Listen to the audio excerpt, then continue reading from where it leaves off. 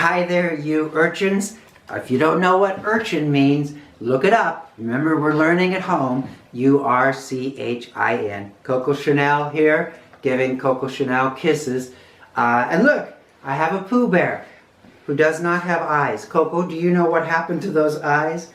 I do not know, she says. Well, in today's story, Piglet and Pooh, Piglet is Pooh's little friend, they go walking, and they don't realize that they're walking around a tree in the snow and really seeing their own tracks. And they become more and more frightened.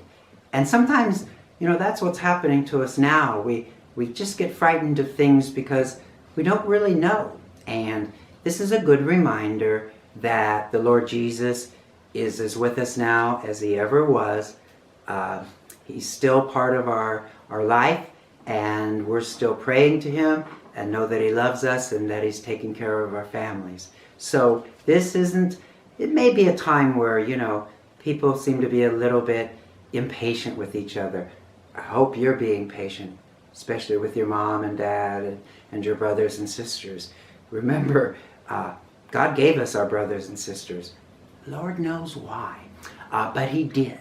And this is a good time for us to work really hard to be nice to them. This is not a time to be afraid. It's like Piglet and Pooh. We may not know exactly where we're going and we get a little bit frightened, but the Lord Jesus, like Christopher Robin, does know.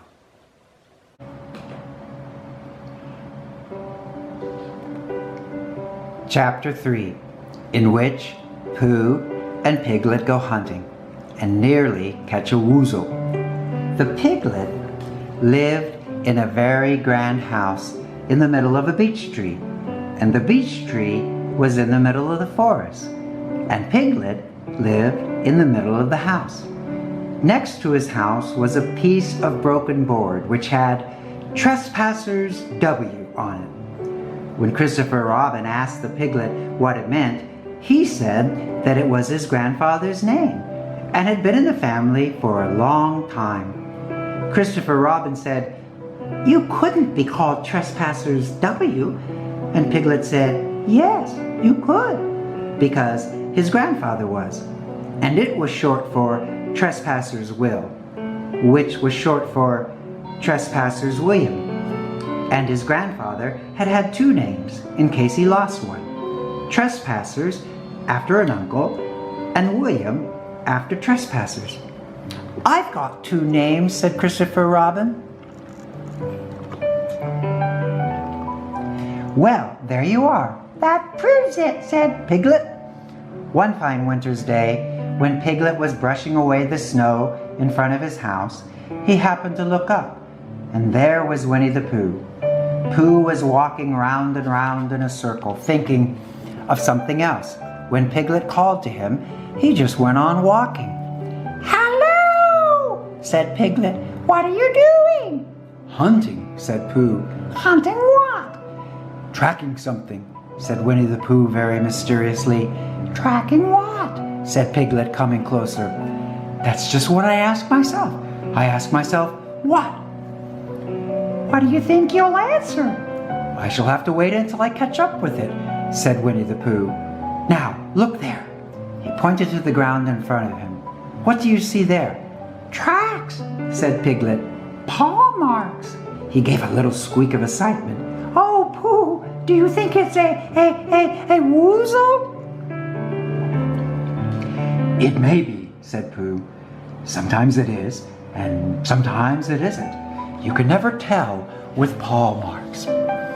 With these few words, he went on tracking, and Piglet, after watching him for a minute or two, ran after him. Winnie the Pooh had come to a sudden stop and was bending over the tracks in a puzzled sort of way. "What's the matter?" asked Piglet. "It's a very funny thing," said Bear, "but there seem to be two animals now. This, whatever it was, has been joined by another, whatever it is, and the two of them are now proceeding in company. Would you mind coming with me, Piglet, in case they turn out to be hostile animals?" Piglet scratched his ear in a nice sort of way and said that he had nothing to do until Friday and would be delighted to come, in case it really was a Woozle.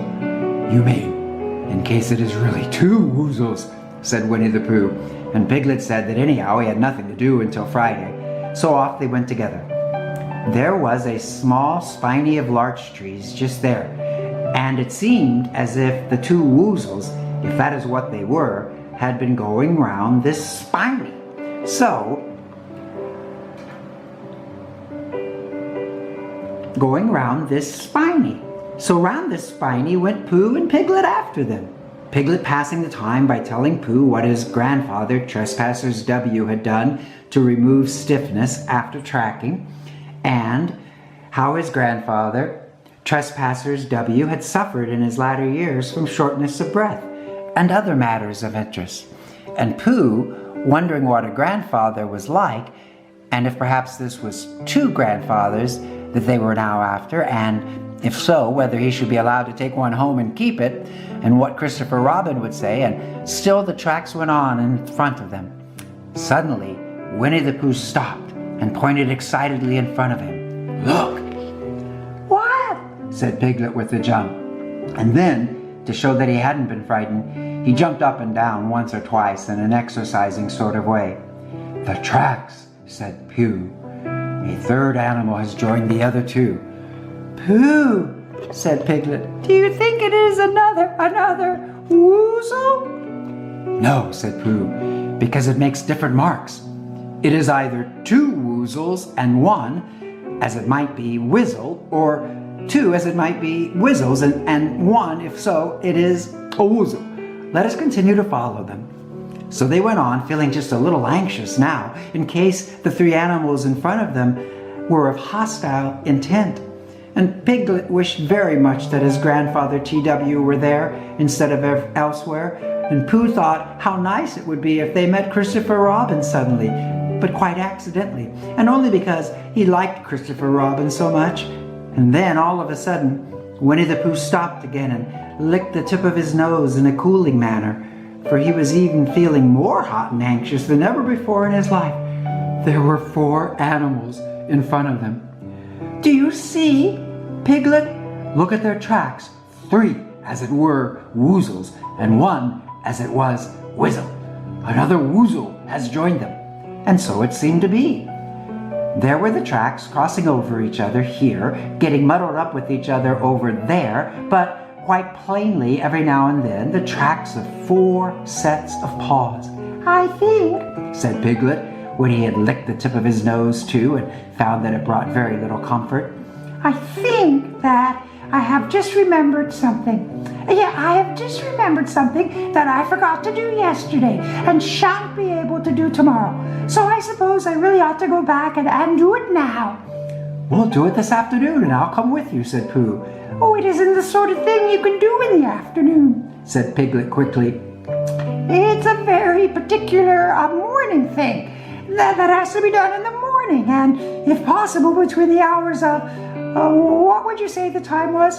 About 12, said Winnie the Pooh, looking at the sun. Between, as I was saying, the hours of 12 and 25. So really, dear old Pooh, if you'll excuse me, what's that? Pooh looked up at the sky, and then, as he heard the whistle again, he looked up into the branches of the big oak tree, and then he saw a friend of his. It's Christopher Robin, he said. Oh, well, then you'll be all right, said Piglet.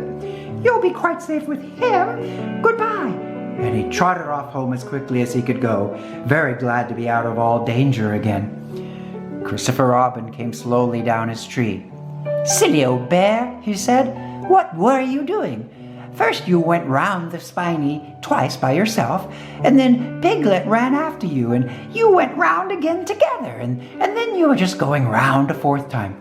Wait a minute, said Pooh, holding up his paw. He sat down and thought, in the most thoughtful way he could. Then he fitted his paw into one of the tracks, and then he scratched his nose twice and stood up. Yes, said Winnie the Pooh. I see now, said Winnie the Pooh. I have been foolish and deluded, said he, and I am a bear of no brain at all. You're the best bear in all the world, said Christopher Robin soothingly. Am I? Said Pooh hopefully, and then he brightened up. Anyhow, he said, It is nearly luncheon time, so he went home for it.